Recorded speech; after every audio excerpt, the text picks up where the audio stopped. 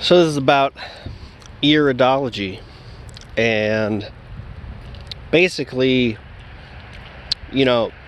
Augenes's iridology was different. The study of iridology is quite old. Augenes modeled his iridology mostly from Bernard Jensen's work. He's got some books you can read, and also his own experience, but mostly his intuition. Augenes tried to teach people his iridology, but many of them were not able to learn it because they did not have the intuition. They were not able to see what he saw. So it failed. There is nobody who is trained by Augenes and has the Augenes iridology style down to give people a complete view like Augenes did, because he didn't train anybody. So that's unfortunate. On the bright side is we have all the information we need. Well, maybe not all the information we need. Well, I guess you could say need versus want, that question. But we have a lot of information which you can apply to your health and your life just based on your medical history. And that's important because you don't necessarily need to go to an iridologist to see if you took antibiotics or if you had anything else done to you at the doctor's office. There's a medical record of that. Surgeries, right? You don't need to go see an iridologist to tell you, oh yeah, you have this problem here in your knee because you had surgery, right? It's like, well, yeah, I knew that. And they're not going to be able to even tell you as in-depth as maybe Augenes would, or like Augenes would, I should say. So, and there's a lot of people online and information online. Like, you can go and look up some basic stuff, and from the little we know about Augenes's iridology, tell people generally about their health. The activity rings, the lymphatic congestion, the inter and extracellular toxicity, where that is in the body, pigmentation of the iris, the sclera, things with the sclera, which I believe has to do with the bone marrow mostly, and maybe a few other things. I'm not quite sure. I'm not an expert, but there's some basic things people can tell you, like if you've never looked at anything regarding iridology. And of course, as people start to track their progress and their eyes and their changes, it might give us a little bit more insight about like what's healing and what's causing the healing and what is working and what isn't working. So it's kind of up to the people who want to do it and experiment and document it to learn more about the iridology and how the primal diet will change the condition of the iris. So I heard from a primal dieter. He's been on the diet over 13 years. He came across this fellow, John Andrews, in the UK, and he's a world-renowned iridologist. He had a reading done by him, and he spoke very highly of it. And if you go to his website, which I'll link in the description, he's got classes and courses. And he's like an herbalist, a naturopath, so he's not, he's not a primal dieter, this guy, this iridologist, but it's like Bernard Jensen wasn't either.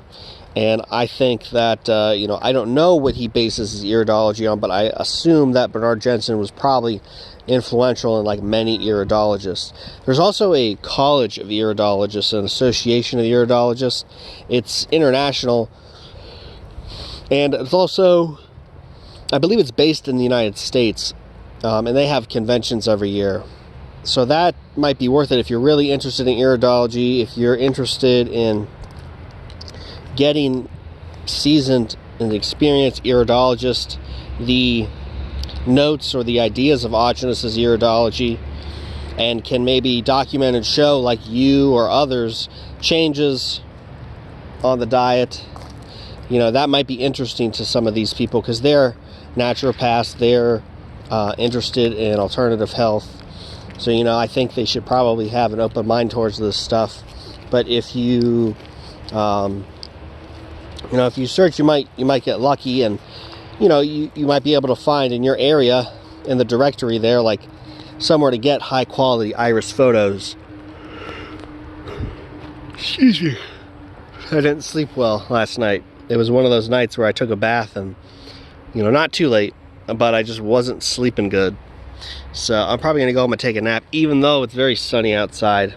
Tempted to just put my deer pelt down outside on the ground and sleep on that, but ground's still kind of soggy, so I don't know if I'll do that. But anyway, so that's pretty much all about iridology. You know, there's basic things you can see, things Augenis left us in his notes and his recordings, you know, about basic things we can look for, and then reading Bernard Jensen's work might make some more of that click, you know. Getting that high resolution picture is really key. You know, some iPhones may be able to do it, but I'm not exactly too sure on that, because I've seen some of the contraptions that these photographers use, and it's pretty high tech. You need like some ultra high detailed resolution to get into the fibers and the exact position of the eyes. I think on a cell phone you're really not going to get that. You're really just going to get kind of the overall general areas of things, like, you know, this area is you know, the part of the liver, but like which part of the liver, this part of the shoulder, the spine, the lower back, or the upper back, you know, the leg, but like where exactly, I don't know if it's too detailed enough to show that. And maybe some of the other things that are going on in there, especially considering the nerves, because if you look at the body, it's very dense. You know, we've got our skin, well, we got our hair, then we got our skin, then we got adipose tissue, connective tissue, we got the circulatory system, the arteries, the capillaries, nerves on top of that, with, you know, the muscles, and then the tendons attaching to other parts of the body, the joints and the bones. Then we got the bones, and we got the bone marrow. So, you know, it's a lot. And the eyes are not very big, so essentially, if you believe in iridology, all that information about the body is in there, and it's a matter of getting a good enough picture to realize that picture of the body, that state of the body. So, you know, again, I'll leave those a couple links down there. They may be helpful for you, especially if you're interested in iridology. I'm not super interested in it. I don't really plan on becoming an expert on it at this time. I know some basic things, like just general areas where you might have problems, and, you know, activity rings pretty easy to see, as well as layers of toxicity. I don't know how many layers or what constitutes the layers. That's just something Augenis talked about. But, and I'm having trouble getting updated pictures of my iris. I try to, like, when I'm in the bathroom with the mirror every once in a while, but I'm not getting it right. So I've just noticed, looking in my eye and comparing it, excuse me, to the other pictures that I took, what, a year and a half ago, that I'm having deconstruction of the brown and some of the black dots that pepper around the pupil.